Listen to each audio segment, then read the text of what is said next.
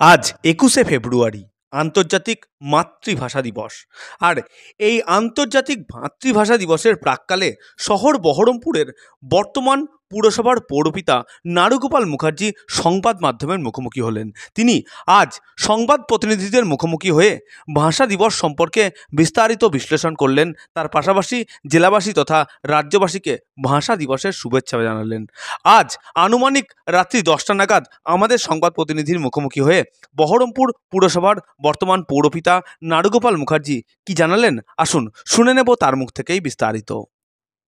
মাতৃভাষা দিবসে বাঙালি হিসেবে আমি গর্ববোধ করি। আমি বাংলা ভাষায় কথা বলি, আমি বাঙালি, আমার মন প্রাণ জুড়ে বাঙালিয়ানা আছে, এটাতে আমি থাকতে চাই এবং এটার মধ্যে আমি গর্ব করি, আমার আনন্দ লুকিয়ে আছে। আন্তর্জাতিক মাতৃভাষা দিবসের যে গোটা পৃথিবীব্যাপী অর্থাৎ 1999 সালে ইউনেস্কোতে প্রতিষ্ঠা লাভ করেছিল, সেই প্রতিষ্ঠা লাভের সঙ্গে গোটা পৃথিবীর সপ্তম ভাষা হচ্ছে বাংলা, যেখানে 31 কোটি মানুষ বাংলায় কথা বলে। সেই 31 কোটি মানুষের মধ্যে আমি একজন।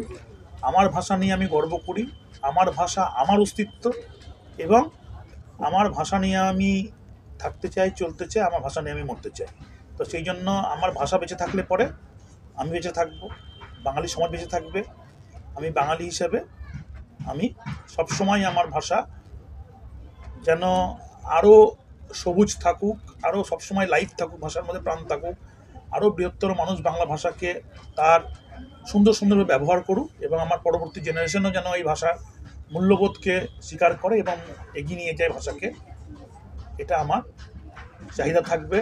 ভাষা আন্দোলনের তাৎপর্য, ভাষা আন্দোলনের গুরুত্ব ততদিন থাকবে যতদিন প্রজন্মের পর প্রজন্ম এই ভাষাকে এগিয়ে নিয়ে যাবে।